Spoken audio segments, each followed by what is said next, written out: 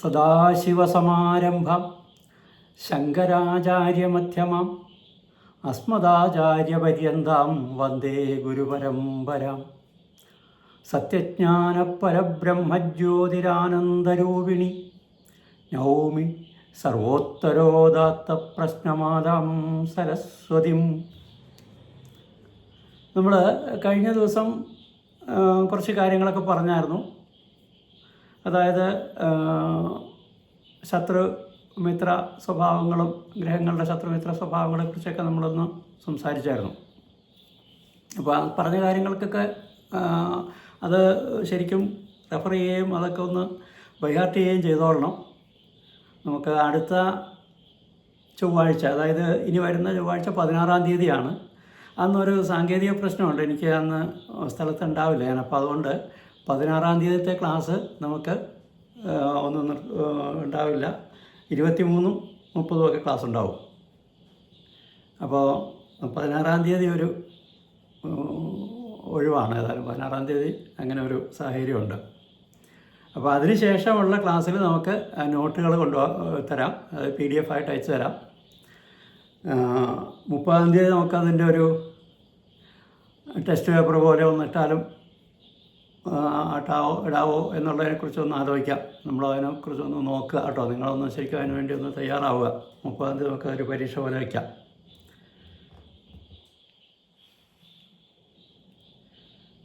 ഇപ്പോൾ നമ്മളെ ഗ്രഹങ്ങളുടെ ഓരോ കാരകത്വ വിഷയങ്ങളാണ് പറയുന്നത്. ഒരുപാട് കാരകത്വങ്ങൾ പറയുന്നുണ്ട് ഗ്രഹങ്ങളെക്കുറിച്ച്. കാരണം ഈ 12 രാശികളെ കൊണ്ടും 9 ഗ്രഹങ്ങളെ കൊണ്ടും നമുക്ക് ഈ സർവ്വകാര്യങ്ങളും പറയണം. അപ്പോൾ ഗ്രഹങ്ങളുടെ കാരകത്വങ്ങൾ വളരെ വിപുലമാണ്. നമ്മൾ ആ നക്ഷത്രങ്ങളുടെ കാര്യങ്ങൾ പറഞ്ഞപ്പോൾ പഞ്ചഭൂതങ്ങളിൽ പെടുന്ന നക്ഷത്രങ്ങളെ ഓരോന്നും പറഞ്ഞായിരുന്നു. അശ്വതി, ഭരണി, കാർത്തിക, രോഹിണി മുതലായവ ഭൂമിഭൂതമാണെന്നും അങ്ങനെയൊക്കെയുള്ള കാര്യങ്ങൾ നമ്മൾ പറഞ്ഞായിരുന്നു. അതുപോലെ പഞ്ചഭൂതങ്ങളിൽ ഗ്രഹങ്ങളുമായിട്ടുള്ള ബന്ധം എങ്ങനെയാണെന്നുള്ളത് കൂടി ഒന്ന് നോക്കണം. പഞ്ചഭൂത കാരകത്വം എന്താണെന്നുള്ളത്. പഞ്ചഭൂതങ്ങളെന്ന് പറയുന്നത് ഭൂമി, ജലം, അഗ്നി, വായു, ആകാശം ഇവയാണ്. അതായത് പൂർവ്വകാലഘട്ടങ്ങളിൽ, പുരാതന കാലഘട്ടങ്ങളിൽ മനുഷ്യനെ ഏറ്റവും കൂടുതൽ ബന്ധപ്പെട്ടിരുന്നവയാണ് ഇവയെല്ലാം. മനുഷ്യ ശരീരം പോലും ഈ പഞ്ചഭൂതങ്ങളാൽ നിർമ്മിതമാണെന്നാണ് ആയുർവേദ വിധി പറയുന്നത്. അഥവാ ശരീരത്തിലെ ഓരോ വിഷയങ്ങളെയും ഈ പഞ്ചഭൂതങ്ങളിലേക്ക് ബന്ധിച്ചാണ് നിർത്തിയേക്കുന്നത്. അപ്പോൾ അതുകൊണ്ട് തന്നെ ഓരോ ഗ്രഹങ്ങളെയും നമ്മൾ ഈ പഞ്ചഭൂതങ്ങളുമായി ബന്ധപ്പെടുത്തിയാണ് പറയുക. അപ്പോൾ ആ പഞ്ചഭൂതങ്ങളുടെ കാരകത്വം ഏതൊക്കെയാണെന്ന് ചോദിച്ചാൽ, ഭൂമിയുടെ കാരകത്വം ബുധനാണ്. സ്വാഭാവികമായും നിങ്ങൾക്കൊരു സംശയം തോന്നാം, അതായത് ഭൂമിയുടെ പുത്രൻ ചൊവ്വയാണല്ലോ, അപ്പോൾ ചൊവ്വയല്ലേ ഭൂമിയുടെ കാരകത്വം വരേണ്ടതെന്ന് പറയാം. പക്ഷെ അങ്ങനെയല്ല. ഭൂമിയുടെ കാരകത്വം ഭൂമിഭൂതത്തിൻ്റെ, പഞ്ചഭൂതങ്ങളിൽ ഭൂമിഭൂതത്തിൻ്റെ കാരകത്വം ബുധനാണ്.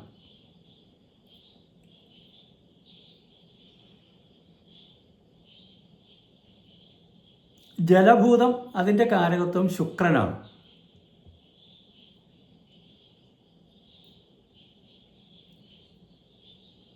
പൊതുവെ നമ്മൾ ഈ ചന്ദ്രനെ കൊണ്ടും ജലകാരകത്വം പറയും.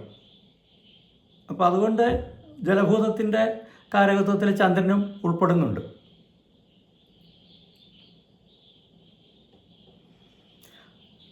അഗ്നിഭൂതത്തിൻ്റെ കാരകത്വം ചൊവ്വയ്ക്കാണ്.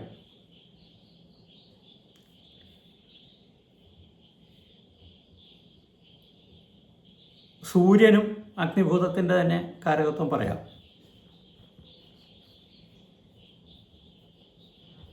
വായുഭൂതത്തിൻ്റെ കാരകത്വം ശനിക്കാണ്.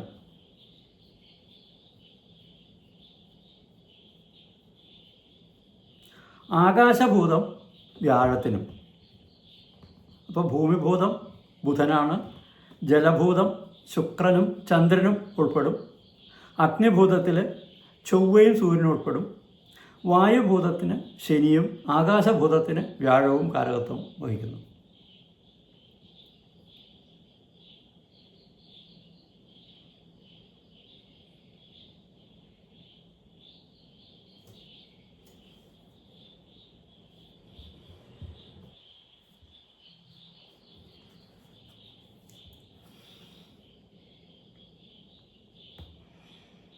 ഇനി സൂര്യൻ ആത്മാവിൻ്റെ കാരകത്വമാണ് പറയുന്നത്. ആത്മാവ് എന്ന് പറഞ്ഞാൽ ആത്മപ്രഭാവം എന്നാണ് ഉദ്ദേശിക്കുന്നത്. ആ ഇൻഡിവിജ്വാലിറ്റി അല്ലെങ്കിൽ ആ വ്യക്തിത്വം എന്നൊക്കെ നമ്മൾ പറയുന്നതിനെയാണ് ആത്മാവെന്ന് ഉദ്ദേശിക്കുന്നത്. അല്ലാതെ ആത്മ എന്ന വാക്ക് അവനവൻ എന്നുള്ള അർത്ഥത്തിൽ തന്നെയാണ്. ഇപ്പോൾ ആത്മവിശ്വാസം എന്നൊക്കെ നമ്മൾ ഉപയോഗിക്കുന്നത് അങ്ങനെയാണ്. ആത്മപ്രശംസ, ആത്മഹത്യ എന്നൊക്കെ പറയുന്നിടത്തൊക്കെ ആത്മ എന്ന് പറഞ്ഞാൽ സെൽഫ്, അവനവൻ എന്നുള്ള അർത്ഥത്തിലാണ്. അപ്പോൾ ആ ആത്മകാരകത്വമാണ് സൂര്യനുള്ളത്. ഇപ്പോൾ സൂര്യന് നല്ല പവറുണ്ട് ജാതകത്തിലെങ്കിൽ അവനിലുള്ള ആ ആത്മപ്രഭാവം വളരെ ശക്തമായിരിക്കും. അപ്പോൾ സൂര്യൻ ആത്മകാരകനാണ്. ചന്ദ്രന് മനസ്സിൻ്റെ കാരകത്വമാണ്. ഇപ്പം ചന്ദ്രന് നല്ല ബലമുള്ള ഒരു ജാതകമാണെങ്കിൽ അവൻ നല്ല മനക്കരുത്തുള്ളവനായിരിക്കും. ചന്ദ്രന് ബലഹാനിയുണ്ട് ഒക്കെ വന്നു കഴിഞ്ഞാൽ ആ ആളിന് പൊതുവെ മനസ്സിന് അത്ര നല്ല ബലം ഉണ്ടാവില്ല.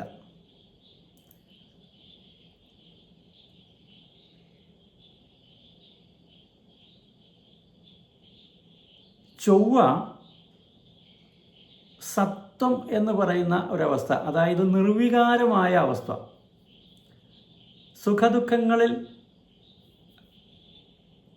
ഒരേപോലെ മനസ്സ് പിടിച്ചു നിൽക്കാൻ കഴിയുന്ന, അതായത് മനസ്സിനെ നിയന്ത്രിക്കാൻ കഴിയുന്ന, ഒരു സമചിത്തതയോടുകൂടി പ്രവർത്തിക്കാൻ കഴിയുന്ന അവസ്ഥയാണ് സത്വം എന്ന് പറയുന്നത്.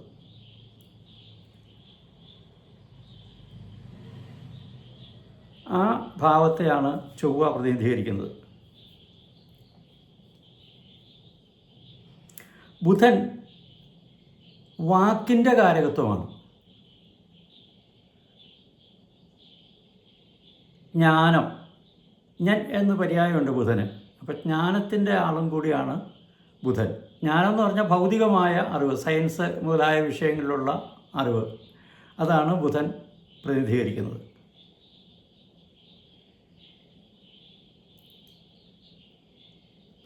വ്യാഴവും ജ്ഞാനത്തിൻ്റെ കാരകത്വം ഉള്ളതാണ്. ജ്ഞാനം എന്ന് പറയുന്നത് ആത്മീയ ജ്ഞാനം, ആധ്യാത്മികമായ അറിവിനെയാണ് വ്യാഴത്തെ കൊണ്ട് പറയുന്നത്. ബുദ്ധിയുടെ ഗുണം,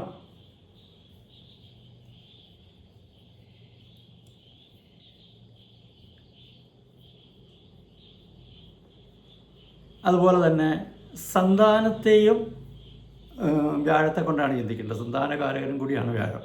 ഇപ്പം ധീജിൽ പുത്ര അംഗസൗഖ്യം സുരഗുരു എന്നാണ്. വ്യാഴത്തിനെ കൊണ്ട് ബുദ്ധിയുടെയും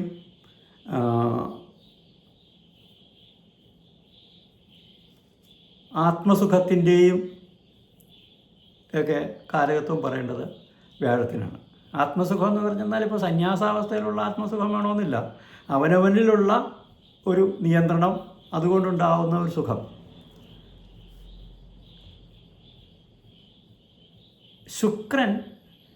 ശുക്രനും സുഖത്തിൻ്റെ ആളാണ്. അത് ഭൗതികമായ സുഖങ്ങളുടെ ആളാണ് ശുക്രൻ.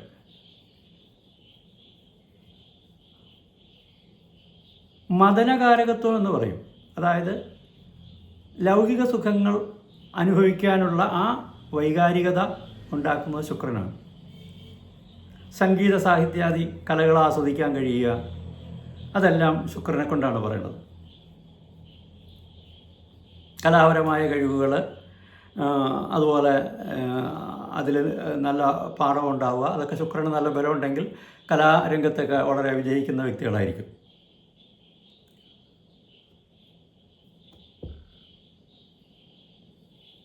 ശനിയുടെ കാരകത്വം പറയുന്നത് ദുഃഖകാരകത്വമാണ്. രോഗം, മരണം, ആപത്ത് മുതലായവ ദുഃഖത്തിൻ്റെ പര്യായമാണ്. അപ്പം അങ്ങനെയുള്ള ദുഃഖാനുഭവങ്ങൾ ശനിയെക്കൊണ്ടാണ് ചിന്തിക്കേണ്ടത്.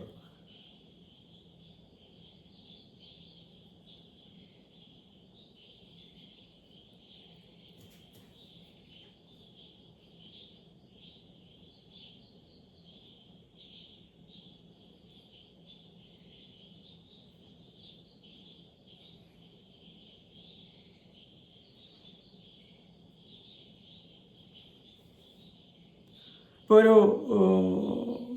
ഇനി ഗ്രഹങ്ങളുടെ ഒരു നിറത്തിൻ്റെ കാരകത്വം പറയുമ്പോൾ, അപ്പോൾ ഓരോ ഗ്രഹത്തിൻ്റെയും ബലമനുസരിച്ച് ആ കുട്ടിയുടെ നിറം എന്താണ്, അല്ലെങ്കിൽ ജാതകത്തിലെ ഏത് ഗ്രഹത്തിൻ്റെ ബലം നോക്കിയിട്ട് അതിൻ്റെ നിറം എന്താണെന്നൊക്കെ ഉള്ള വിഷയങ്ങൾ ചിന്തിക്കുമ്പോൾ സൂര്യൻ്റെ നിറം ചെമ്പിൻ്റെ നിറമായിട്ടാണ് പറയുക. ചുവപ്പ് അതുപോലെ അല്പം കറുപ്പ് നിറവും കൂടി ചേർന്ന ഒരു ചെമ്പിൻ്റെ നിറമാണ് സൂര്യൻ്റെ നിറം. ചന്ദ്രന് നല്ല വെളുപ്പ് നിറമാണ്.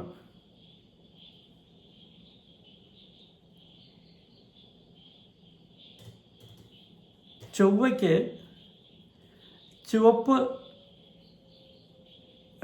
ചുവപ്പും വെളുപ്പും കലർന്ന, അതായത് ഒരു മങ്ങിയ ചുവപ്പ് നിറം ആയിട്ടാണ് പറയുക. ചൊവ്വയുടെ വസ്ത്രത്തിനൊക്കെ നമ്മൾ ചുവപ്പ് നിറമാണ് പറഞ്ഞിരുന്നത്. പൂക്കളൊക്കെ ചുവന്ന പൂക്കളായിരിക്കും. പക്ഷേ ചൊവ്വ എന്ന ആ ഗ്രഹത്തിൻ്റെ പൊതുവെ നിറം പറയുമ്പോൾ ചുവപ്പും വെളുപ്പും കലർന്ന നിറമായിട്ടാണ് പറയുക. ബുധൻ്റെ നിറം പറയുന്നത് കറുകനാമ്പിൻ്റെ നിറമാണ്.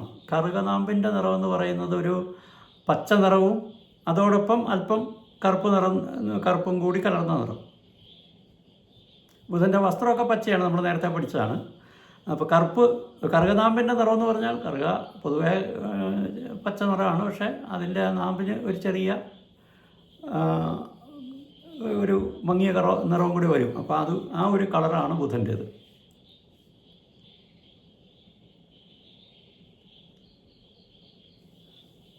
വ്യാഴത്തിന് പൊതുവെ വെളുപ്പ് നിറമാണ് പറയുക.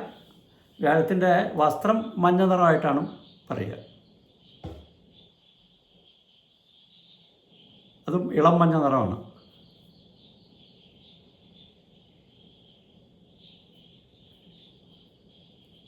ശുക്രന് ശ്യാമനിറമാണ്, അതായത് ഒരു ഇരുനിറം എന്നൊക്കെ നമ്മൾ പറയുന്നത് പോലുള്ള നിറം. അതിൻ്റെ വസ്ത്രമൊക്കെ നാനാവർണ്ണങ്ങളിൽപ്പെട്ട വസ്ത്രമൊക്കെ ഉപയോഗിക്കാമെന്ന് പറയുന്നുണ്ട് ശുക്രന്. പക്ഷേ നിറം പറയുമ്പോൾ ഇളം കറുപ്പ് നിറം, ഇരുനിറം എന്ന് പറയാവുന്ന നിറമാണ്. ശനിയുടെ നിറം ശരിക്കും കറുപ്പാണ്, നല്ല കറുത്ത നിറമാണ് ശനിയുടേത്. അപ്പോൾ ഒരു കുട്ടിയുടെ ജാതകത്തിലൊക്കെ നോക്കുമ്പോൾ അതിനനുസരിച്ചുള്ള ആ നിറം എന്താണ് എന്നൊക്കെ നമുക്ക് കണ്ടുപിടിക്കാൻ പറ്റും ആ ജാതകം കണ്ടു കഴിഞ്ഞാൽ. ഇനി ഈ ഗ്രഹങ്ങൾക്കുള്ള ദിക്കുകൾ, ഇപ്പോൾ നമ്മൾ ഓരോ ഗ്രഹത്തിൻ്റെയും ദിക്ക് പറയേണ്ടി വരുന്ന സന്ദർഭങ്ങളുണ്ടാവും. ഏത് ദിക്കിലാണ് ഇന്ന മാതിരിയുള്ള ഒരു വിഷയം ഉണ്ടെങ്കിൽ ആ സംഭവം എങ്ങനെയാണ്, എങ്ങോട്ടാണ് പോയേക്കുന്നത്, അല്ലെങ്കിൽ ഏത് ദിക്കിലാണ് നമ്മൾ ഉദ്ദേശിക്കുന്ന വിഷയം. ഇപ്പോൾ ചില കുട്ടികളുടെയൊക്കെ വിവാഹ വിഷയം ചോദിക്കുമ്പോൾ ഏത് ദിക്കിൽ നിന്ന് വിവാഹം കഴിക്കും എന്നൊക്കെ അങ്ങനെയൊക്കെയുള്ള ചില ചോദ്യങ്ങളൊക്കെ വരും. അപ്പോൾ ഓരോ ഗ്രഹത്തിനും ഓരോ ദിക്ക് പറയുന്നുണ്ട്. കിഴക്കേ ദിക്ക് സൂര്യൻ്റേതാണ്.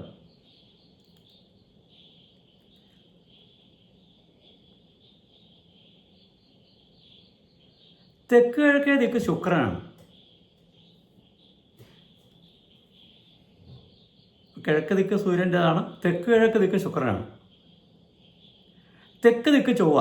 തെക്കേ ദിക്കിന് കാരകത്വം പറയണം ചൊവ്വയ്ക്കാണ്.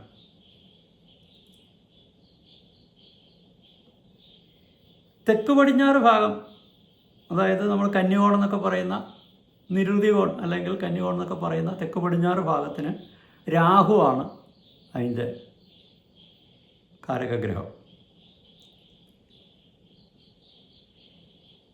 പടിഞ്ഞാറ് ശനിയാണ്.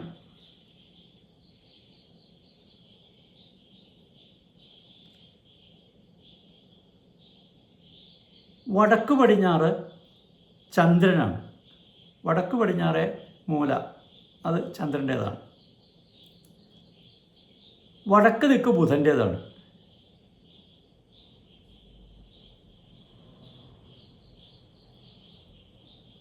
വടക്ക് കിഴക്കേ ദിക്ക് വ്യാഴത്തിനുള്ളതാണ്.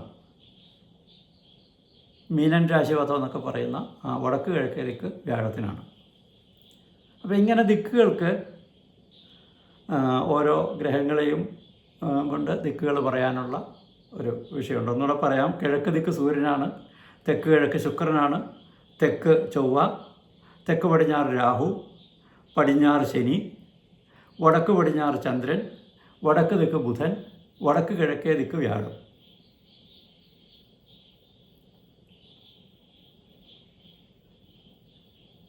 വടക്ക് കിഴക്ക്, വടക്ക് തെക്കില്ല, വടക്ക് കിഴക്ക്, വടക്ക്, നേരെ വടക്ക്, നേരെ വടക്ക് ദിക്കാം. വടക്ക് കിഴക്കേ ദിക്ക് വ്യാഴത്തിന്, വടക്ക് കിഴക്കേ ദിക്ക്, അതായത് മീനൻ രാശിപഥം.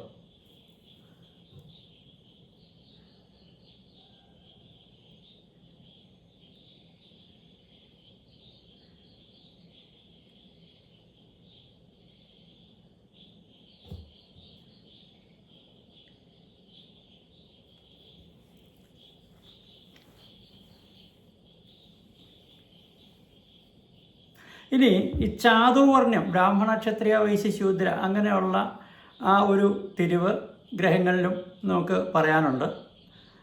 ചില വിഷയങ്ങളിലൊക്കെ ഏത് വിഭാഗത്തിൽപ്പെട്ടവരാണ് എന്നൊക്കെ നമുക്ക് ചർച്ച ചെയ്യേണ്ടി വരുന്ന സന്ദർഭത്തിൽ ബ്രാഹ്മണ്യം പറയുന്ന, ബ്രാഹ്മണ വർണ്ണം പറയുന്നത് വ്യാഴത്തെ കൊണ്ടും ശുക്രനെ കൊണ്ടുമാണ്.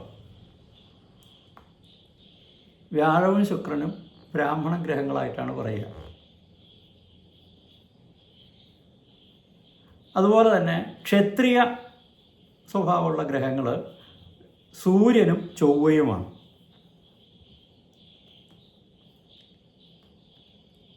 വൈശ്യ സ്വഭാവത്തിലുള്ള ഗ്രഹങ്ങൾ ചന്ദ്രനും ബുധനുമാണ്.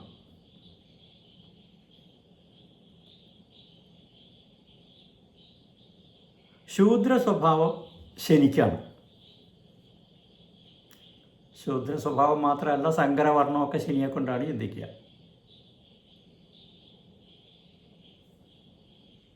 അപ്പോൾ ബ്രാഹ്മണൻ വ്യാഴം ശുക്രൻ, ക്ഷത്രിയൻ ആദിത്യൻ ചൊവ്വ, വൈശ്യൻ ചന്ദ്രനും ബുധനും, ശൂദ്രൻ ശനി. രാഹുകേതുക്കളും ആ കൂട്ടത്തിൽ തന്നെ വരും. അതിൽ ചില അവാന്തര വിഭാഗങ്ങളായിട്ടാണ് പറയുക.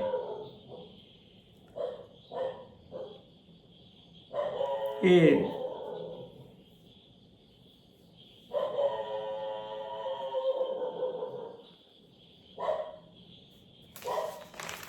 ഗ്രഹങ്ങളുടെ പറഞ്ഞ പോലെ തന്നെ രാശികളുടെയും ബ്രാഹ്മണ, ക്ഷത്രിയ, വൈശ്യ, ശൂദ്ര രാശികൾ ഏതൊക്കെയാണെന്ന് നമ്മൾ നേരത്തെ പറഞ്ഞിട്ടുണ്ട്. ഇതുപോലെ തന്നെ നമ്മൾ ഈ ഗുണങ്ങൾ, ത്രിഗുണങ്ങൾ പറയും. സത്വഗുണം, രജോ ഗുണം, തമോ ഗുണം. അപ്പോൾ അവയെ ചിന്തിക്കുമ്പോൾ സത്വഗുണത്തിൽപ്പെടുന്ന ഗ്രഹങ്ങൾ സൂര്യനും ചന്ദ്രനും വ്യാഴവുമാണ്. രജോ ഗുണത്തിൽപ്പെടുന്നത് ബുധനും ശുക്രനുമാണ്. തമോ ഗുണത്തിൽപ്പെടുന്നത് ചൊവ്വയും ശനിയുമാണ്. ഈ ഗുണങ്ങളൊക്കെ പിന്നീട് നമുക്ക് പല കാര്യങ്ങളിലും പല ഘട്ടങ്ങളിലും നമുക്ക് ചർച്ച ചെയ്യേണ്ടി വരും. അപ്പോൾ സത്വഗുണം, രജോ ഗുണം, തമോ ഗുണം, ആ ത്രിഗുണങ്ങളിൽ സത്വഗുണം എന്ന് പറയുന്നത് സൂര്യനും ചന്ദ്രനും വ്യാഴവുമാണ്. രജോ ഗുണം എന്ന് പറയുന്നത് ബുധനും ശുക്രനുമാണ്. തമോ ഗുണം എന്ന് പറയുന്നത് ചൊവ്വയും ശനിയുമാണ്. കാരണം ആ ഗ്രഹങ്ങളുടെ ഗുണസ്വഭാവം പറയുമ്പോൾ ഈ പറയുന്ന അതായിട്ട് വരും.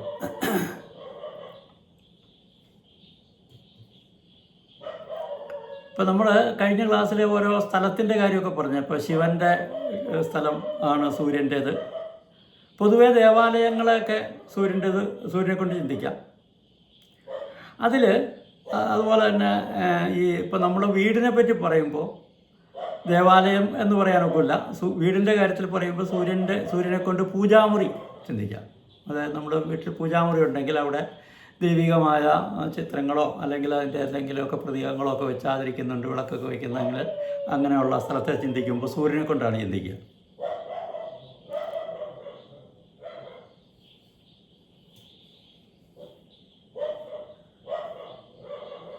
ചന്ദ്രൻ വെള്ളമുള്ള സ്ഥലം, സൂര്യനെ കൊണ്ട് രാജഗൃഹവും ചിന്തിക്കാം കേട്ടോ. ഈ ഭരണ കേന്ദ്രങ്ങളെയൊക്കെ നമുക്ക് സൂര്യനെ കൊണ്ട് ചിന്തിക്കും. അപ്പോൾ ദേവാലയം അല്ലെങ്കിൽ ഭരണകേന്ദ്രങ്ങൾ, പൂജാമുറി.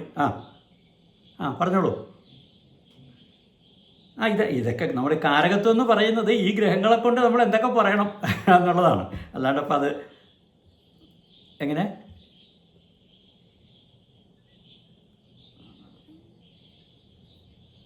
അത് തന്നെ അത് തന്നെ അത് തന്നെ അത് തന്നെ അവയുടെ കാരകധർമ്മങ്ങൾ. അതാണ് അതാ ഞാൻ പറഞ്ഞത്. ഈ പ്രപഞ്ചത്തിലുള്ള മുഴുവൻ കാര്യങ്ങളെക്കുറിച്ചും ചിന്തിക്കാൻ ഈ പറയുന്ന 9 ഗ്രഹങ്ങൾ, അല്ലെങ്കിൽ ഇപ്പോൾ പ്രധാനമായിട്ട് 7 ഗ്രഹങ്ങളേ ഉള്ളൂ. അപ്പോൾ അതിനെക്കുറിച്ച് അതാണ് ഇങ്ങനെയുള്ള വിശദമായി ഓരോ കാര്യങ്ങളും വരുന്നത്.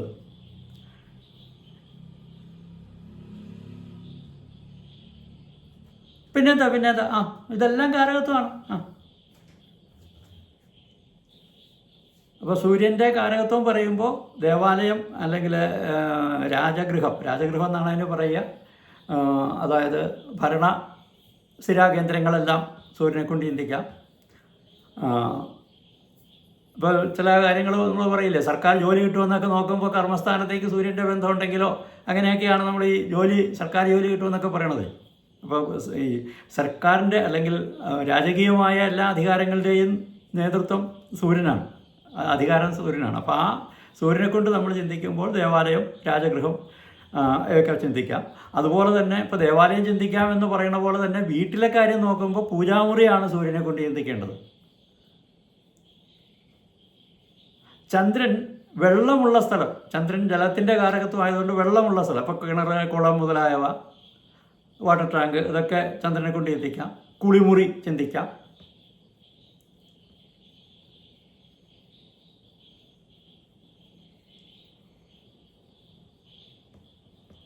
ചൊവ്വ അഗ്നി ആണല്ലോ, അഗ്നികാരകത്വമാണ് ചൊവ്വ. അപ്പോൾ അഗ്നിഗൃഹം, അതായത് അടുക്കളയാവാം. പിന്നെ ഈ ഹോമം ചെയ്യുന്ന സ്ഥലം, ഇപ്പോൾ ചില ബ്രാഹ്മണ ഗൃഹങ്ങളിലൊക്കെ എല്ലാ ദിവസവും ഹോമം ചെയ്യുന്നൊരു സമ്പ്രദായമൊക്കെ പണ്ടുണ്ടായിരുന്നു. അപ്പോൾ ആ ഹോമഗൃഹങ്ങൾ, ഹോമപുര എന്ന് പറയുന്നത് ചൊവ്വയെ കൊണ്ട് ചിന്തിക്കാം. പിന്നെ തീ ഉണ്ടാവുന്നത് എവിടെയാണ്? നമ്മൾ ശ്രദ്ധിച്ചാൽ മനസ്സിലാവും. തീയുള്ളത് പണ്ട് നാരായണത്തുറാന്തം പറഞ്ഞ പോലെ തീ ഉണ്ടാവുന്നെന്ന് പറയുന്നത് ശ്മശാനത്തിലുണ്ടാവും. ശ്മശാനത്തിൽ എപ്പോഴും തീ കെടാതെ കിടക്കുമെന്നാണ് പറയുന്നത്. അപ്പോൾ ഏതെങ്കിലുമൊക്കെ ശവങ്ങളെ ദഹിപ്പിക്കാനൊക്കെ ഉള്ള സൗകര്യം. അപ്പോൾ ശ്മശാനവും ചിന്തിക്കാം ചൊവ്വയെ കൊണ്ട്. ക്ഷേത്രത്തിലാണെങ്കിൽ തിടപ്പള്ളിയും ചിന്തിക്കാം. അപ്പോൾ ഇത് രണ്ടും വൈരുദ്ധ്യമാണെന്ന് തോന്നുന്നുണ്ട്. അഗ്നിയുള്ള സ്ഥലങ്ങളെല്ലാം ആണ് ചൊവ്വയെ കൊണ്ട് ചിന്തിക്കേണ്ടത്. അതുപോലെ അഗ്നിയുമായി ബന്ധപ്പെട്ട വിഷയങ്ങൾ, ഇപ്പോൾ വെടിമരുന്നുകൾ, വെടിക്കോപ്പുകൾ, അതൊക്കെ ചിന്തിക്കേണ്ടത് ചൊവ്വയെ കൊണ്ടാണ്. രാസപദാർത്ഥങ്ങൾ, ഇപ്പോൾ രാസപദാർത്ഥങ്ങൾ, അതുപോലെ തന്നെ ഈ തീയുമായി ബന്ധപ്പെട്ടവ, അതൊക്കെ ചൊവ്വയുടെ കാരകത്വം വരുന്നതാണ്. ഇപ്പോൾ ക്ഷേത്രത്തിൻ്റെ കാര്യമാകുമ്പോൾ തിടപ്പള്ളി, വീടിൻ്റെ കാര്യമാകുമ്പോൾ അടുക്കള, ഇതൊക്കെ ചൊവ്വയെ കൊണ്ട് ചിന്തിക്കാം.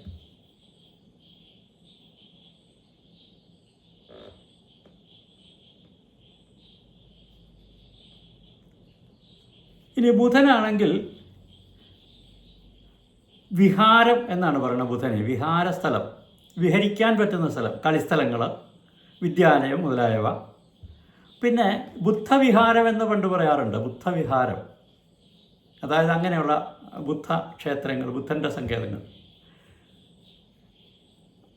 ഇപ്പോൾ വീടിനാണെങ്കിൽ വീട്ടിലെ സ്റ്റഡി റൂം, പഠിപ്പുമുറി ബുധനെ കൊണ്ട് ചിന്തിക്കാം.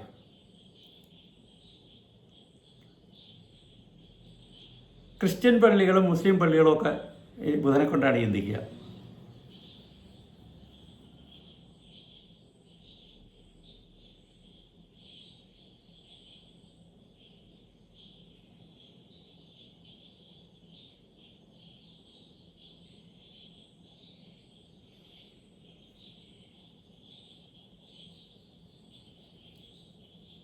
അടുത്തത് വ്യാഴം. വ്യാഴത്തെ കൊണ്ട് ചിന്തിക്കേണ്ടത് കോശം, അതായത് ധനം സൂക്ഷിക്കുന്ന സ്ഥലം. ഇപ്പോൾ വീട്ടിലാണെങ്കിൽ അലമാര, വിലപിടിപ്പുള്ള സാധനങ്ങളൊക്കെ സൂക്ഷിക്കുന്ന സ്ഥലം, അതൊക്കെ വ്യാഴത്തെ കൊണ്ട് ചിന്തിക്കാം. ഇപ്പോൾ സർക്കാരിൻ്റെ ആണെങ്കിൽ ഖജനാവ്, ട്രഷറി, അതൊക്കെ വ്യാഴത്തെ കൊണ്ട് ചിന്തിക്കാം. അതായത് പണവും മറ്റ് വിലപിടിപ്പുള്ള വസ്തുക്കളൊക്കെ സൂക്ഷിക്കുന്ന സ്ഥലത്തെയാണ് വ്യാഴം പ്രതിനിധീകരിക്കുന്നത്.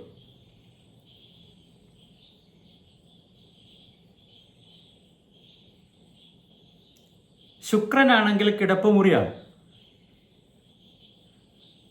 കിടപ്പുമുറി എന്നുള്ളത് മാത്രമല്ല, മറ്റ് ഈ ഇത്തരം ഭൗതികമായ അല്ലെങ്കിൽ ഈ നമ്മൾ പറഞ്ഞല്ലോ കലാപരമായ രംഗങ്ങൾ പറയുന്ന നാട്യഗൃഹങ്ങളൊക്കെ ഈ ശുക്രനെ കൊണ്ട് ചിന്തിക്കാം, കിടപ്പുമുറി പോലെ തന്നെ. അതുപോലെ തന്നെ മറ്റ് ഈ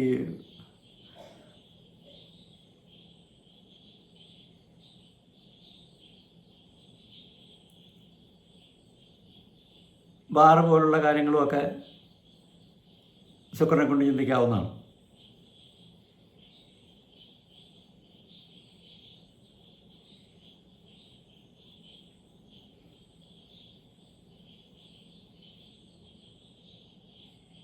ബാറെന്ന് ഉദ്ദേശിക്കുന്നത് ഡാൻസ് ബാർ അങ്ങനെയുള്ള സ്ഥലങ്ങളും മദ്യത്തിൻ്റെയും.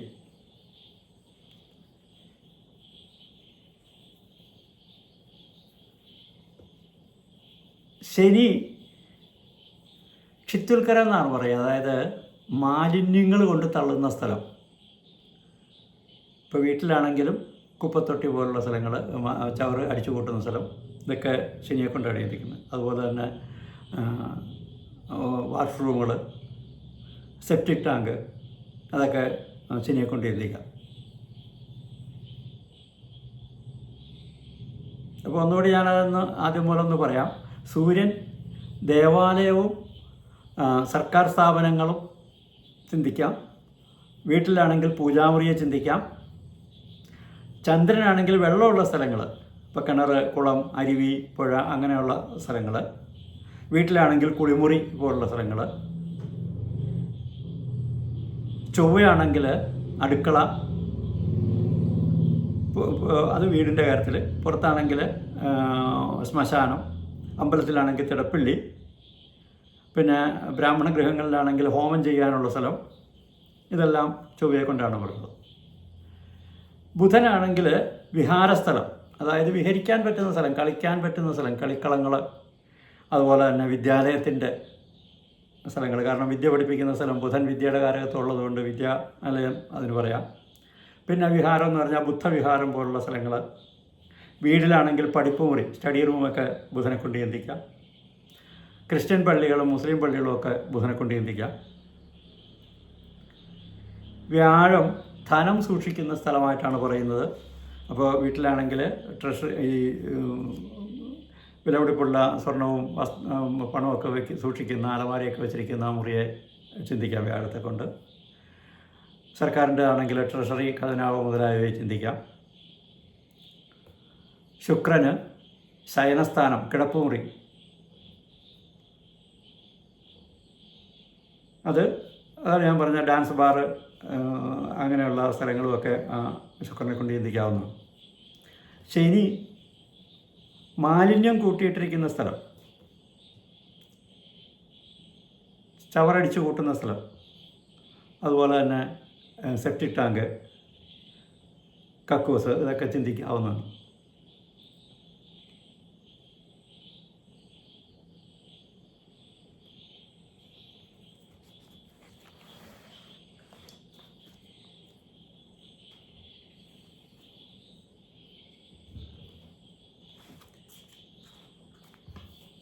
നമ്മൾ ഗ്രഹങ്ങളുടെ വസ്ത്രത്തിൻ്റെ നിറമൊക്കെ നമ്മൾ പറഞ്ഞു. അതിൻ്റെ ക്വാളിറ്റി പറയുമ്പോൾ അതിനും ഈ ഗ്രഹങ്ങളെ കൊണ്ട് പറയാം. ഇപ്പോൾ സൂര്യനെ കൊണ്ട് പറയുന്ന വസ്ത്രങ്ങളെന്ന് പറയുന്നത് സ്ഥൂലമായ വസ്ത്രങ്ങൾ, അതായത് തടിച്ച വസ്ത്രങ്ങൾ, ഇപ്പോൾ അല്ലെങ്കിൽ കട്ടിയുള്ള നൂല് കൊണ്ട് നെയ്ത വസ്ത്രങ്ങൾ. അതുപോലെ പഴയ കാലത്തെ മരവുരി എന്ന് പറയുന്ന സാധനമുണ്ട്. മരത്തിൻ്റെ തോല് ചതച്ച് വസ്ത്രമായിട്ട് ഉപയോഗിച്ചിരുന്ന ഒരു കാലഘട്ടം ഉണ്ടായിരുന്നു. അതുപോലെ തോല് വൃത്തിയാക്കി ആ തോല് വസ്ത്രമായിട്ട് ധരിക്കുന്ന ഒരു കാലഘട്ടം ഉണ്ടായിരുന്നു.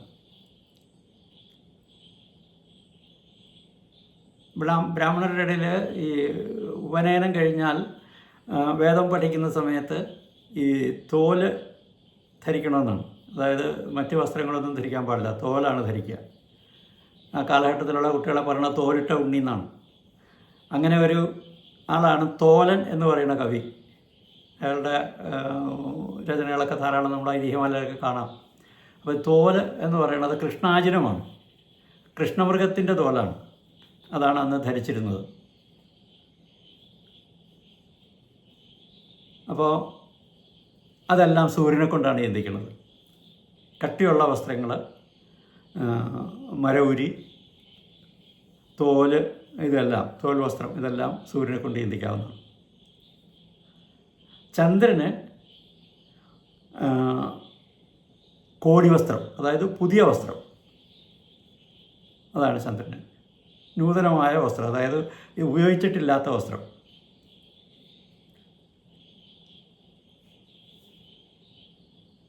ചൊവ്വയ്ക്ക് കത്തിപ്പോയ വസ്ത്രം, അതായത് ഒന്ന് കത്തിയ വസ്ത്രമായിട്ടാണ് പറയുക.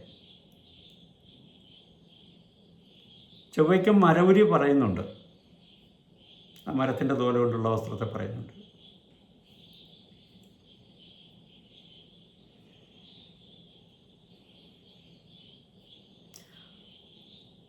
ബുധന് നനഞ്ഞ വസ്ത്രമെന്നും നനഞ്ഞാൽ കേടാവുന്ന വസ്ത്രം, ഇപ്പം നനയ്ക്കാൻ പാടില്ലാത്ത വസ്ത്രങ്ങളുണ്ടല്ലോ, വെള്ളം നനയാൻ പാടില്ലാത്ത വസ്ത്രമുണ്ട്. അതായത് ഇപ്പോൾ കമ്പിളി, അത് നനയ്ക്കാൻ പാടില്ലാത്ത വസ്ത്രമാണ്.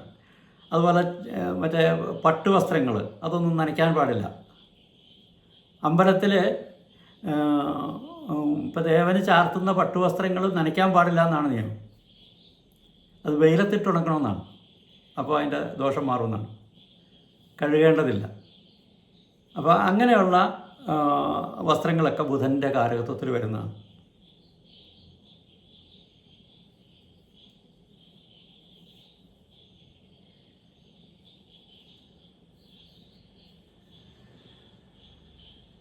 വ്യാഴത്തിനെ കൊണ്ട് പറയുന്നത് അധികം പുതിയതുമല്ല അധികം പഴയതുമല്ലാത്ത വസ്ത്രം.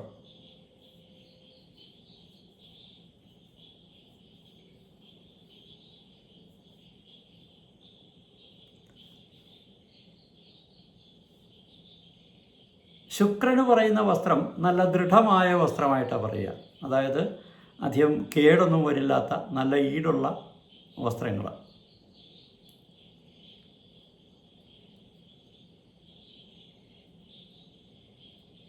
ശനിക്ക് പഴയതും കീറിയതുമായ വസ്ത്രങ്ങൾ.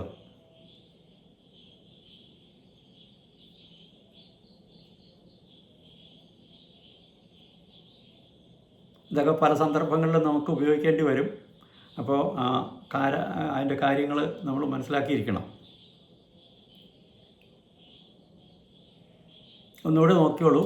സൂര്യന് തടിച്ച നൂലുകൊണ്ട്, കട്ടിയുള്ള നൂലുകൊണ്ട് നെയ്ത വസ്ത്രം, അതുപോലെ തന്നെ മരവുരി, തോൽ വസ്ത്രം, ഇവയാണ്. ചന്ദ്രന് കോടി വസ്ത്രം, അതായത് പുതിയ വസ്ത്രം, അതാണ് ഉദ്ദേശിക്കുന്നത്. ചൊവ്വയ്ക്ക് കത്തിപ്പോയ വസ്ത്രം, മരവുരിയും ചൊവ്വയ്ക്ക് പറയുന്നുണ്ട്. ബുധന് നനഞ്ഞാൽ കേടാവുന്ന വസ്ത്രങ്ങൾ, അതായത് നനയ്ക്കാൻ പാടില്ലാത്ത കമ്പിളി, പട്ട് മുതലായ വസ്ത്രങ്ങൾ. വ്യാഴത്തിന് അധികം പുതിയതും അധികം പഴയതുമല്ലാത്ത വസ്ത്രങ്ങൾ. ശുക്രന് ഈട് കൂടിയ വസ്ത്രം, അതായത് നല്ല ദൃഢമായ വസ്ത്രം. ശനിക്ക് പഴയതും കീറിയതുമായ വസ്ത്രങ്ങൾ. ഇതാണ് വസ്ത്രത്തിൻ്റെ കാരകത്വം പറയേണ്ടത്. അപ്പോൾ അത് ക്ഷേത്രത്തിൽ ചാർത്തുന്ന വസ്ത്രത്തെക്കുറിച്ച് ചിന്തിക്കാനും, അതുപോലെ തന്നെ മനുഷ്യൻ്റെ കാര്യങ്ങളിലാണെങ്കിലും നമ്മളുടെ വീട്ടിൽ ഉപയോഗിക്കുന്ന കാര്യങ്ങളൊക്കെ ആണെങ്കിലും അങ്ങനെയുള്ള വസ്ത്രത്തെക്കുറിച്ച് ചിന്തിക്കേണ്ടി വരുമ്പോൾ ഓരോ ഗ്രഹത്തെ കൊണ്ടും ഇങ്ങനെയുള്ള വസ്ത്രങ്ങളെയാണ് പറയുന്നത്.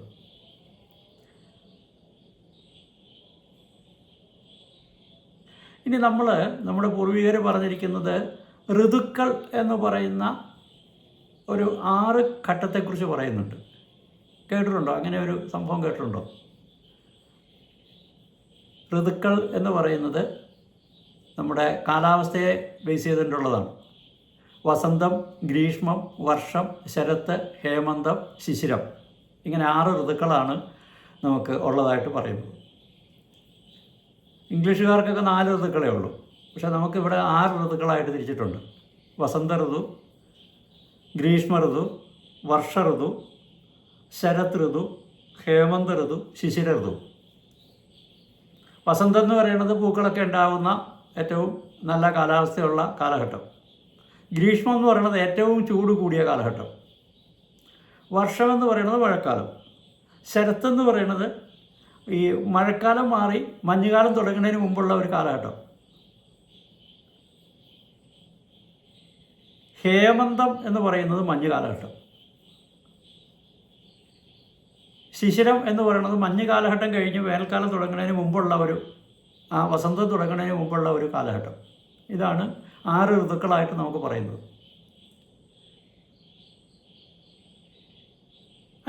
അതിന് ഓരോ മാസങ്ങളും പറയുന്നുണ്ട്. ഇപ്പം നമ്മളുടെ മലയാള മാസങ്ങളെ പോലെ തന്നെ ശക വർഷവുമായി ബന്ധപ്പെട്ട മാസങ്ങളുണ്ട്. ചൈത്രം, വൈശാഖം, ജ്യേഷ്ഠം, ആഷാഢം, ശ്രാവണം, ഭാദ്രപദം, ആശ്വിനം, കാർത്തികം, മാർഗശീർഷം, പൗഷം, മാഘം, ഫാൽഗുനം.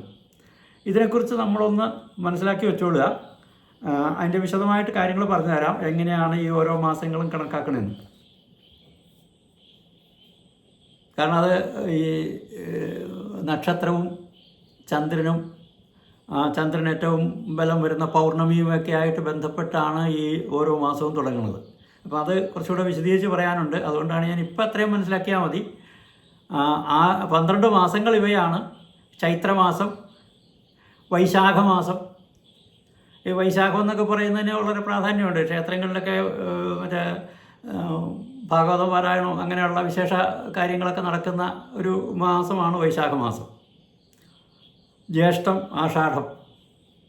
ഇപ്പോൾ ചൈത്രം, വൈശാഖം, ജ്യേഷ്ഠം, ആഷാഢം, ശ്രാവണം, ഭാദ്രപദം, ആശ്വിനം, കാർത്തികം, മാർഗശീർഷം, പൗഷം, മാഘം, ഫാൽഗുനം. ഇങ്ങനെ 12 മാസങ്ങളാണ്. ഈ മാസങ്ങളുടെ പേര് കേൾക്കുമ്പോൾ നമുക്ക് ചില കാര്യങ്ങൾ അതിൽ നിന്ന് പെട്ടെന്ന് തോന്നുന്ന ഒരു കാര്യം ഞാൻ പറയാം. ചൈത്രം എന്ന് പറയുന്നത് ചിത്ര എന്ന നക്ഷത്രവുമായി ബന്ധപ്പെട്ടാണ്. ചിത്തിര എന്നുള്ളതിൻ്റെ സംസ്കൃത വാക്ക് ചിത്ര എന്നാണ്. നമ്മൾ ആ നാളുകളുടെ പേര് പറഞ്ഞപ്പോൾ അതിൻ്റെ സംസ്കൃത രൂപങ്ങളൊക്കെ പേരുകളൊക്കെ പറഞ്ഞിരുന്നു. അപ്പോൾ ചൈത്രം എന്നുള്ളത് ചിത്തിരയുമായി ബന്ധപ്പെട്ടാണ്, ചിത്ര നക്ഷത്രമാണ്. വൈശാഖം എന്ന് പറയുന്നത് വിശാഖ നക്ഷത്രവുമായി ബന്ധപ്പെട്ട് വരുന്നതാണ്. ജ്യേഷ്ഠം എന്ന് പറയുന്നത് തൃക്കേട്ടയുമായി ബന്ധപ്പെട്ട് വരുന്നതാണ്. ആഷാഢം പൂരാടം നാൾ ആയിട്ട്, പൂരാടം അല്ലെങ്കിൽ ഉത്തരാടം രണ്ടും, പൂർവാഷാഢവും ഉത്തരാഷാഢവും, അപ്പോൾ അതുമായി ബന്ധപ്പെട്ട് വരുന്നതാണ്. ശ്രാവണം എന്ന് പറയുന്നത് തിരുവോണം, ഓണം എന്നുള്ള നക്ഷത്രവുമായി ബന്ധപ്പെട്ട് വരുന്നതാണ്. നമ്മുടെ ശ്രാവണമാണ് നമ്മുടെ ചിങ്ങമാസ തിരുവോണമൊക്കെ ആയിട്ട് ബന്ധപ്പെട്ട് വരുന്ന സമയം ശ്രാവണ മാസമാണ്.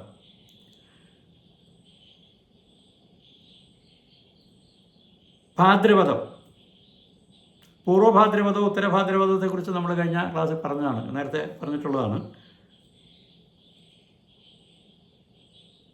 പൂരിട്ടാതി ഉത്രട്ടാതിയൊക്കെയാണ് ഭാദ്രപദം ആയിട്ട് ബന്ധപ്പെട്ട് വരുന്നത്.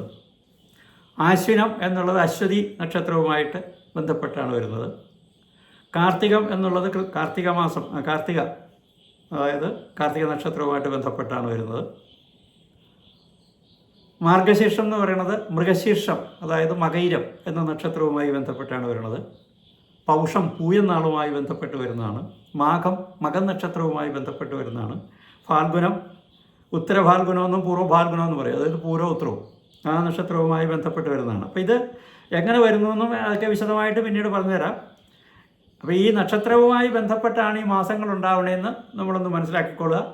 ആ മാസങ്ങളിൽ ചൈത്രമാസവും വൈശാഖമാസവും ചേരുന്നതാണ് വസന്ത ഋതു. ചൈത്രവും വൈശാഖവും ചേരുന്നതാണ് വസന്ത ഋതു. ആ വസന്ത ഋതുവിൻ്റെ ഗ്രഹം ശുക്രനാണ്. ചൈത്രം വൈശാഖം ഇവ ചേർന്നുണ്ടാവുന്ന വസന്ത ഋതുവിൻ്റെ ഗ്രഹം ശുക്രനാണ്. ഇപ്പോൾ നമ്മൾ പൊതുവെ ശുക്രനെ കുറിച്ച് മനസ്സിലാക്കിയ എന്നാ വെച്ചാൽ ഈ ഇന്ദ്രിയ സുഖങ്ങളൊക്കെ നൽകുന്ന ഒരു ഗ്രഹമായിട്ടാണ് പറഞ്ഞത്. അപ്പോൾ വസന്ത ഋതു എന്ന് പറയുമ്പോൾ വൃക്ഷങ്ങൾ പൂക്കുകയും ചെടികളൊക്കെ വളരെ നന്നായിട്ട് പൂത്ത് സുഗന്ധം പരത്തുന്ന ഇന്ദ്രിയങ്ങൾക്കൊക്കെ സുഖപ്രദമായ ഒരു കാലഘട്ടമാണ് വസന്ത കാലഘട്ടം.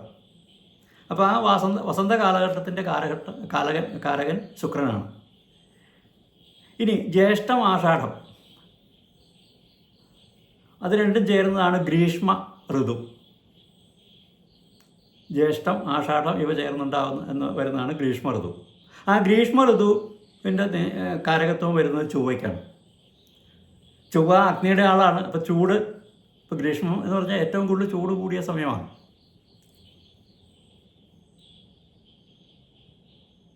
അപ്പോൾ ജ്യേഷ്ഠ മാസവും ആഷാഢമാസവും ചേരുന്ന ഗ്രീഷ്മ ഋതുവിൻ്റെ കാരകത്വം ചൊവ്വയ്ക്കാണ്.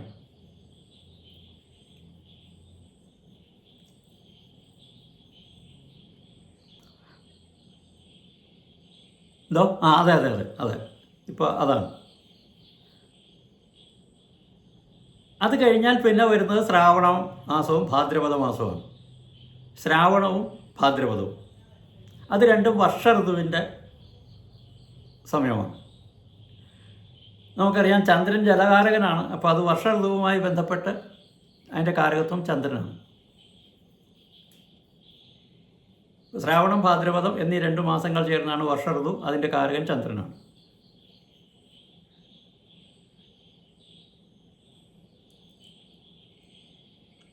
ആശ്വിന മാസവും കാർത്തിക മാസവും ചേരുന്നതാണ് ശരത്കാലം, ശരത് ഋതു. അതിൻ്റെ കാരകത്വം ബുധനാണ്.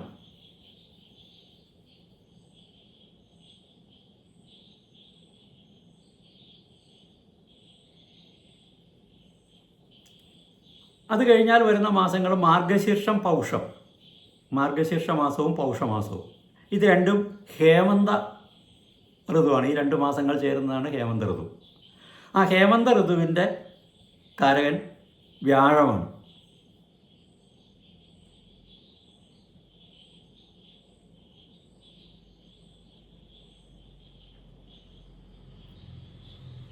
അത് കഴിഞ്ഞാൽ മാഘമാസവും ഫാൽഗുന മാസവും.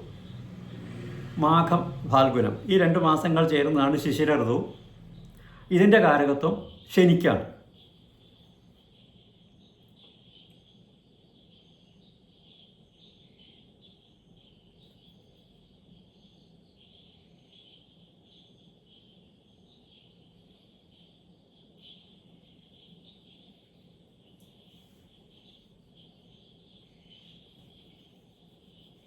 അപ്പോൾ ഇത്രയും കാര്യങ്ങളൊന്ന് നമ്മൾ നോക്കണം. ഇങ്ങനെ ഈ ഗ്രഹങ്ങളെ കൊണ്ട് പറയാൻ ഒത്തിരി കാര്യങ്ങളുണ്ട്. അതിൽ പ്രധാനപ്പെട്ട കാര്യങ്ങളാണ് നമ്മളിപ്പോൾ പറഞ്ഞു പോകുന്നത്. ഇപ്പോൾ 2 ക്ലാസ്സുകളിലായിട്ട് വളരെ 3 ക്ലാസ്സുകളിലായിട്ട് വളരെ വിശദമായിട്ട് തന്നെ ഈ ഗ്രഹങ്ങളുടെ കാരകത്വങ്ങൾ പറയുന്നുണ്ട്. അതൊന്ന് നല്ലവണ്ണം പഠിച്ചോളണം. കാരണം നമുക്ക് പിന്നീട് എന്തെങ്കിലും ഒരു ഫലം പറയണമെന്നുണ്ടെങ്കിൽ ഇതെല്ലാം മനസ്സിലാക്കി വെച്ചാലേ പറ്റുള്ളൂ. അപ്പോൾ അതുകൊണ്ട് അത് നന്നായിട്ടൊന്ന് റെഫർ ചെയ്യുക. അപ്പോൾ ഈ പറഞ്ഞ കാര്യങ്ങളിൽ എന്തെങ്കിലും എവിടെയെങ്കിലും ഒരു ഡൗട്ടുണ്ടോ എന്നൊന്നും നോക്കി, എന്തെങ്കിലും സംശയം ഉണ്ടെങ്കിൽ നമുക്ക് തീർത്തു പോകണം. ഇതൊക്കെ മനസ്സിലാക്കണം. ബൈഹാർട്ട് എന്ന് പറഞ്ഞാൽ ഇപ്പോൾ ചൊവ്വാന്ന് കേട്ട് കഴിഞ്ഞാൽ അഗ്നിയുടെ കാരകത്വമാണ്. അപ്പോൾ അഗ്നിയുമായി ബന്ധപ്പെട്ട വിഷയങ്ങൾ എന്തൊക്കെയാണ്, അഗ്നി ഇരിക്കുന്ന അടുക്കളയാണ്. അപ്പോൾ അങ്ങനെയാണ് നമ്മൾ കണക്ട് ചെയ്താണ് നമ്മൾ പഠിക്കുക. അല്ലാതെ നമ്മളിതെല്ലാം ഈ തത്തമേ പൂച്ച എന്ന് പറഞ്ഞ് ബൈഹാർട്ട് ചെയ്ത് പഠിക്കുകയല്ല. ഓരോന്നിനും അതിൻ്റേതായ കണക്ട് ചെയ്ത് പഠിച്ചു പോകുമ്പോൾ എളുപ്പമാണ്. ഇപ്പോൾ ബുധന് അറിവിൻ്റെ ആളാണ്. അതുപോലെ തന്നെ അത് ബുധൻ്റെ ഭൂമിഭൂതമാണ്. അങ്ങനെയൊക്കെയുള്ള കാര്യങ്ങൾ നമ്മൾ ബന്ധപ്പെട്ട് പറയുമ്പോൾ അത് നമ്മളുടെ വാക്ക്, തൊലി, ഇതിനെക്കുറിച്ചൊക്കെ നമ്മൾ ചിന്തിക്കേണ്ടി വരും ബുധനെക്കുറിച്ച് ചിന്തിക്കുമ്പോൾ. അപ്പോൾ അതെല്ലാം കണക്ട് ചെയ്ത് നിങ്ങളതൊന്ന് മനസ്സിലാക്കി കഴിഞ്ഞാൽ പിന്നെ അത് ബൈഹാർട്ട് ചെയ്യേണ്ട കാര്യമില്ല. അല്ലാതെ തന്നെ നമുക്കത് പഠിച്ചു വയ്ക്കാം. പിന്നെ ഇതിനൊക്കെ നമുക്ക് വല്ല ശ്ലോകങ്ങളൊക്കെ സംസ്കൃതത്തിലുള്ളതാണ് കൂടുതൽ. അപ്പോൾ അതുകൊണ്ട് ശ്ലോകങ്ങൾ പഠിക്കുന്നതിനേക്കാൾ കൂടുതൽ കാര്യമായിട്ട് ഇതൊന്ന് വായിച്ച് മനസ്സിലാക്കുക. ഇത് കഴിഞ്ഞ് ലാസ്റ്റ് നമുക്ക് ശ്ലോകങ്ങളും കൂടെ പഠിക്കാം. പലപ്പോഴും ബൈഹാർട്ട് ചെയ്ത് ശ്ലോകങ്ങൾ പഠിക്കാനായിട്ട് ചില ബുദ്ധിമുട്ടുള്ളതുകൊണ്ടാണ് ഞാൻ പറഞ്ഞത്. ഇതൊക്കെ ഒന്ന് മനസ്സിലാക്കി വെച്ചാൽ പിന്നീടത് നമുക്ക് കാര്യങ്ങൾ ശ്ലോകത്തിലേക്ക് നമുക്ക് ശരിയാക്കി എടുക്കാം.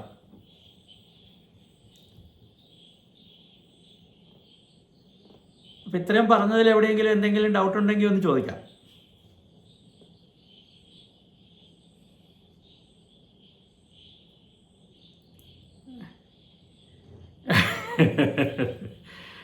അല്ലാതെ അത് ഞാൻ പറഞ്ഞു വരണത് അങ്ങനെ നമ്മളത് നോക്കി അപ്പോൾ ആ ഓരോന്നിനെയും നമ്മുടെ മനസ്സിലാക്കേണ്ടത് അങ്ങനെയാണ്. ഇപ്പോൾ ഈ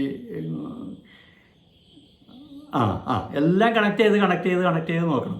ഇപ്പോൾ സൂര്യനെ കൊണ്ട് എന്തൊക്കെ പറഞ്ഞിട്ടുണ്ടെന്ന് വെച്ചാൽ അതെല്ലാം എടുത്ത് നോക്കിയിട്ട് എല്ലാം കൂടി നമ്മൾ കണക്ട് ചെയ്ത് അപ്പോൾ എന്തൊക്കെ നമ്മൾ അതിൽ നിന്ന് മനസ്സിലാക്കണം. അങ്ങനെയാണ്.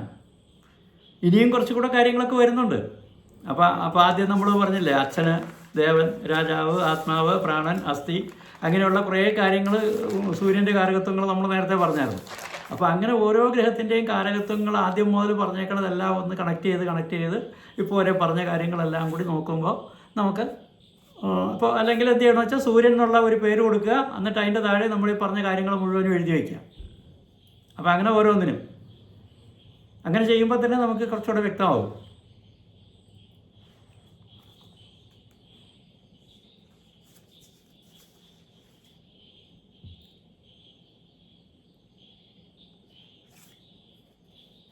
വേറെ ആർക്കെങ്കിലും എന്തെങ്കിലും സംശയം ഉണ്ടെങ്കിൽ ചോദിക്കാം കേട്ടോ.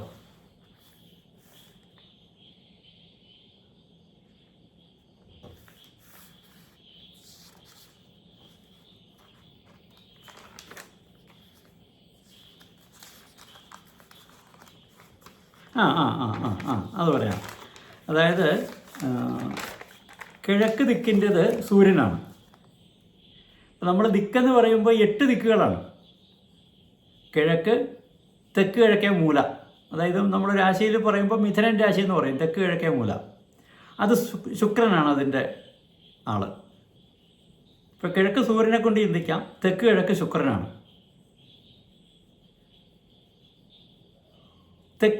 നേരെ തെക്ക് ഭാഗം വരുമ്പോൾ ചൊവ്വയാണ് അതിൻ്റെ ആൾ. തെക്ക് പടിഞ്ഞാറ് ഭാഗം വരുമ്പോൾ അത് രാഹുവാണ്. നമ്മളത് ഒന്ന് കണക്ട് ചെയ്ത് നോക്കിയാൽ മതി. ഇപ്പോൾ തെക്ക് ദിക്ക് ചൊവ്വയുടേതാണ്, തെക്ക് പടിഞ്ഞാറ് രാഹുവാണ്. അപ്പോൾ തെക്ക് പടിഞ്ഞാറ് ദിക്ക് എന്ന് പറയുമ്പോൾ നമ്മൾ സാധാരണ കന്നിമൂല എന്നൊക്കെ പറയും. ഈ സർപ്പമൊക്കെ ഇരിക്കുന്ന പഴയ വീടുകളിലൊക്കെ സർപ്പമൊക്കെ ഉണ്ടായിരുന്ന സ്ഥലം അതാണല്ലോ. അപ്പോൾ അത് രാഹുവിൻ്റെ ഒരു സ്ഥലം തന്നെയായിട്ട് നമുക്ക് കാണാൻ പറ്റും. പടിഞ്ഞാറ് ശനിയാണ്. വടക്ക് പടിഞ്ഞാറ്, അതായത് വടക്കും പടിഞ്ഞാറുമായിട്ടുള്ള ആ മൂല, ധനുരാശിപഥം, അവിടെയാണ് ചന്ദ്രൻ്റെ സ്ഥാനം. ആ ഭാവം ചന്ദ്രനാണ്. വടക്കേ ദിക്ക് ബുധനാണ്. വടക്ക് കിഴക്കേ ദിക്ക് വ്യാഴമാണ്.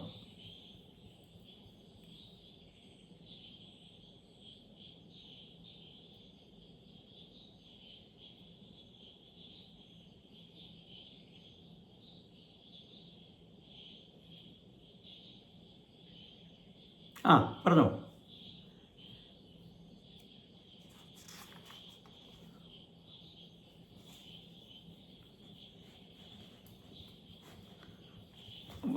വാസ്തു സംബന്ധമായിട്ടുള്ള കാര്യങ്ങളാണത്. കൊള്ളൂല്ല എന്ന് പറയണ ഒരു ദിക്കുമില്ല. എല്ലാ ദിക്കും ഒരേപോലെയാണല്ലോ. പക്ഷേ ചില കാര്യങ്ങൾ ചില സ്ഥലത്ത് പാടില്ല എന്ന് പറയും. ഇപ്പോൾ നമ്മൾ പറഞ്ഞില്ലേ, ഇപ്പോൾ വടക്ക് കിഴക്കേ ദിക്ക് വ്യാഴത്തിൻ്റെ ദിക്കാണ്. അപ്പോൾ വടക്ക് കിഴക്കേ ദിക്ക് ശരിക്കും പറഞ്ഞാൽ അവിടെ ഒരു വീട് വയ്ക്കുകയാണെങ്കിൽ ആ ദിക്കിൽ ഒന്നല്ലെങ്കിൽ പൂജാമുറി വയ്ക്കാം, അല്ലെങ്കിൽ അടുക്കള വയ്ക്കാം. അടുക്കള എന്ന് പറയുന്നത് ഏറ്റവും വിശിഷ്ടമായ സ്ഥലമാണ്. നമുക്ക് ഭക്ഷണം പാകം ചെയ്യേണ്ട സ്ഥലം ഏറ്റവും ശുദ്ധവും ഏറ്റവും പോസിറ്റീവ് എനർജി ഉള്ളതും ഏറ്റവും കൂടുതൽ സൂര്യപ്രകാശം കടന്നു ചെല്ലുന്നതൊക്കെ ആയിട്ടുള്ള സ്ഥലമായിരിക്കണം. ഏറ്റവും കാറ്റോട്ടം കിട്ടുന്ന സ്ഥലമൊക്കെ ആയിരിക്കണം. അപ്പോൾ അതാണ് വടക്ക് കിഴക്കേ ദിക്കിൻ്റെ പ്രാധാന്യം. അല്ലെങ്കിൽ പിന്നെ പൂജാമുറി ആകാം. തെക്ക് കിഴക്കേ ദിക്ക് നമ്മൾ പറഞ്ഞില്ലേ, ശുക്രൻ്റെ ദിക്കാണ്. തെക്ക് കിഴക്കേ ദിക്കാണ് ചിലപ്പോൾ ഭക്ഷണം പാകം ചെയ്യാനുള്ള അടുക്കള പണിയുന്നത്.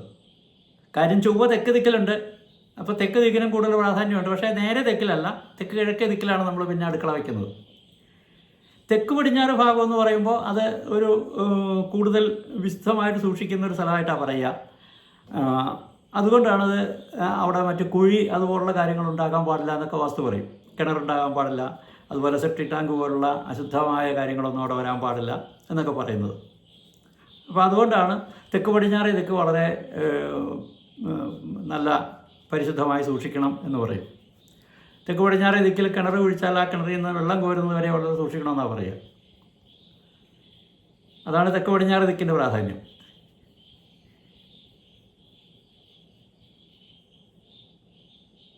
അപ്പോൾ ഓരോ ദിക്കിനും അതിൻ്റേതായ ഗൗരവം നമ്മൾ കൊടുക്കണം.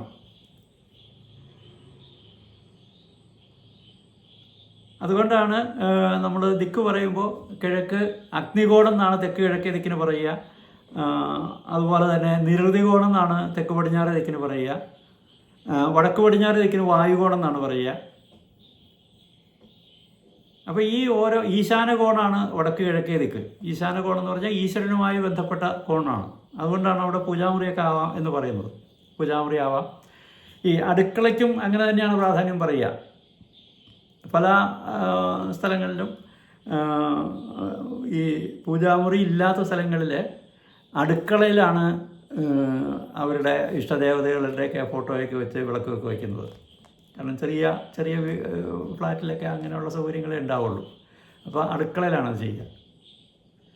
കാരണം നമ്മൾ വിചാരിക്കുന്ന പോലെയല്ല, അടുക്കള ഏറ്റവും ശുദ്ധമായി സൂക്ഷിക്കേണ്ട സ്ഥലമാണ്. ഒരു വീടിൻ്റെ ഏറ്റവും പവിത്രമായ സ്ഥലമാണ് അടുക്കള.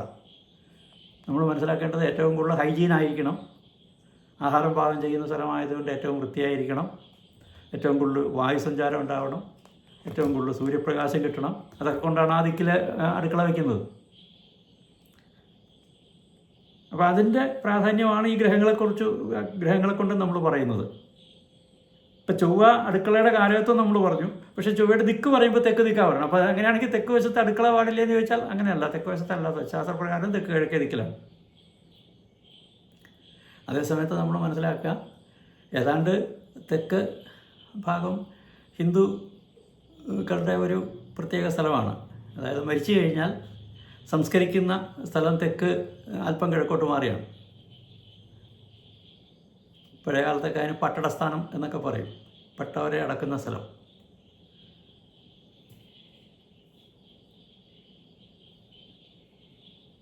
അപ്പം അതിന് അങ്ങനെയുള്ള ചില പ്രാധാന്യം ഈ ദിക്കുകൾക്കുണ്ട്. അപ്പോൾ അത് ആ ഗ്രഹങ്ങൾ ആ സ്ഥലത്തിന് കൂടുതൽ നമ്മൾ ആ ഒരു ദിക്ക് പറയുമ്പോൾ, അപ്പോൾ അല്ലെങ്കിൽ ദിക്ക് പറയേണ്ടി വരുമ്പോൾ ഏത് ദിക്കിലാണ് ഒരാൾ നഷ്ടപ്പെട്ടു പോയി, ആൾ പോയിട്ടുണ്ടാവുക.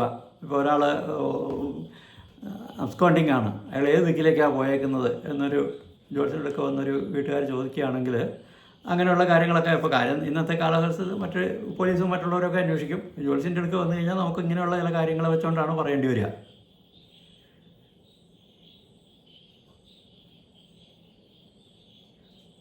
ഇനി വേറെ എന്താ സംശയം?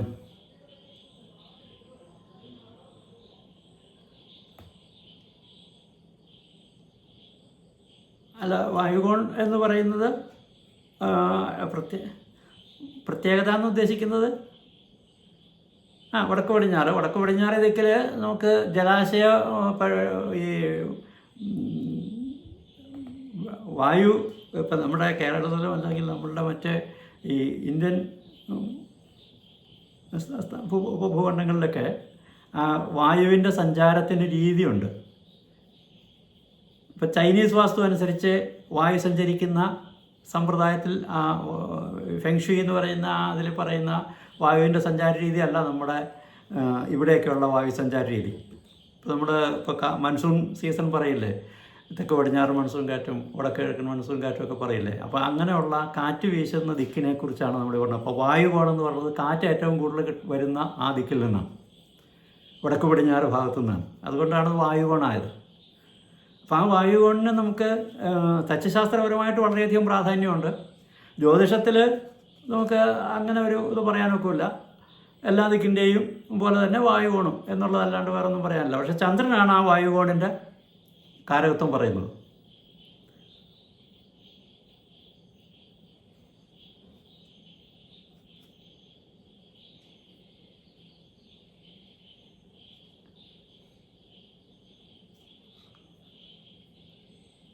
ശുക്രൻ തെക്ക് കിഴക്കേ ദിക്കാണ് ശുക്രൻ.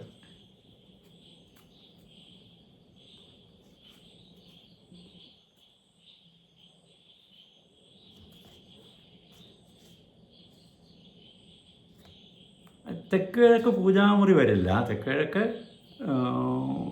ശരിക്കും പറഞ്ഞാൽ അടുക്കളയുടെ സ്ഥാനമാണ്. ഒന്നല്ലെങ്കിൽ വടക്ക് കിഴക്ക് അല്ലെങ്കിൽ തെക്ക് കിഴക്ക്. അത് രണ്ടും അടുക്കളയ്ക്ക് പറയുന്ന സ്ഥാനങ്ങളാണ്. ക്ഷേത്രങ്ങളിൽ നോക്കിയാൽ ഈ രണ്ട് ദിക്കിലും തിടപ്പള്ളി ഉണ്ടാവും. വടക്ക് കിഴക്കേ ദിക്കിലും ഉണ്ടാവും, തെക്ക് കിഴക്കേ ദിക്കിലും ഉണ്ടാവും. വലിയ വലിയ ക്ഷേത്രങ്ങളിൽ എന്ന് പറഞ്ഞാൽ കാലത്തും വൈകുന്നേരം പൂജയുള്ള ക്ഷേത്രങ്ങളിലൊക്കെ വടക്ക് കിഴക്കേ ദിക്കിലും ഒരു തിടപ്പള്ളി ഉണ്ടാവും, തെക്ക് കിഴക്കേ ദിക്കിലും ഒരു തിടപ്പള്ളി ഉണ്ടാവും. കാരണം എന്താ വെച്ചെന്നാൽ കാലത്തെ ഉണ്ടാക്കി അവിടെ നിർമ്മാല്യമായി കഴിഞ്ഞാൽ പിന്നെ അവിടെ ഇട്ട് തന്നെ വൈകുന്നേരം ഉണ്ടാക്കില്ല. അത് അടുത്ത അടുക്കളയിൽ, അതായത് കിഴക്കേ ദിക്കിലുള്ള തിടപ്പള്ളിയിൽ വെച്ചായിരിക്കും പിന്നെ പാവപ്പെടുന്നത്. അങ്ങനെ രണ്ട് അടുക്കള തിടപ്പള്ളിയുള്ള സ്ഥലങ്ങളുണ്ട് ക്ഷേത്രങ്ങൾ. ഈ രണ്ട് ദിക്കിലും വീട് പണിയുമ്പോൾ നമ്മൾ അടുക്കള വയ്ക്കാറുണ്ട്. ഏതെങ്കിലും ഈ തെക്ക് കിഴക്കേ ദിക്കിലായാലും കുഴപ്പമില്ല, വടക്ക് കിഴക്കേ ദിക്കിലായാലും കുഴപ്പമില്ല.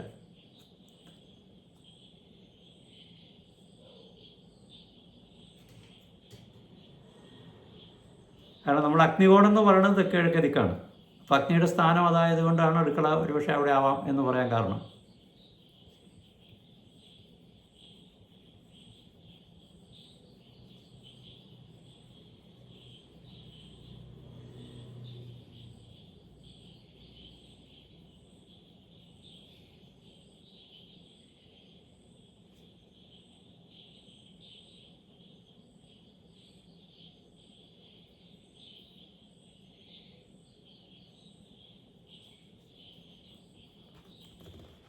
പിന്നെ നമ്മൾ കാരകത്വം പറഞ്ഞപ്പോൾ, നിറങ്ങളുടെ കാരകത്വം പറഞ്ഞപ്പോൾ നിങ്ങൾക്ക് അവിടെ ഒരു സംശയം തോന്നാം. വേറെ ഒരു സ്ഥലത്ത് നമ്മൾ ആദ്യം നിറങ്ങൾ പറഞ്ഞതിൽ നിന്ന് കുറച്ച് വ്യത്യാസമുണ്ട് ഇപ്പോൾ പറഞ്ഞ നിറങ്ങൾ.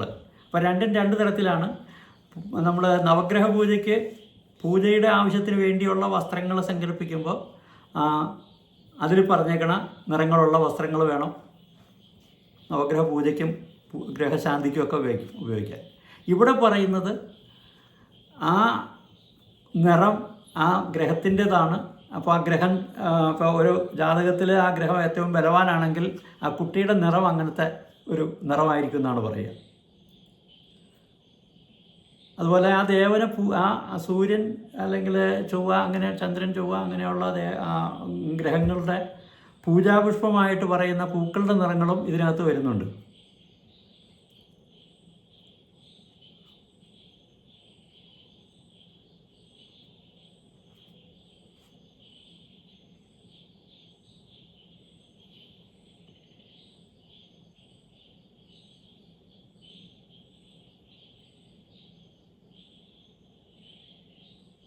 അതെ അതെ അതെ.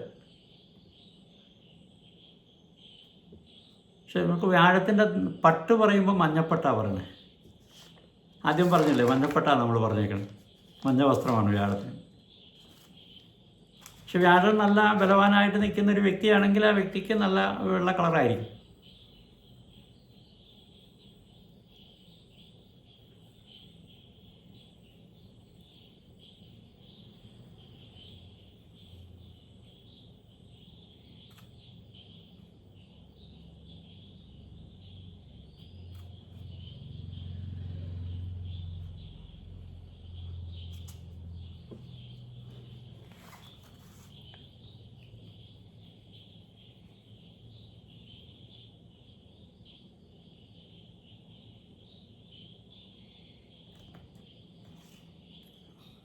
ആ,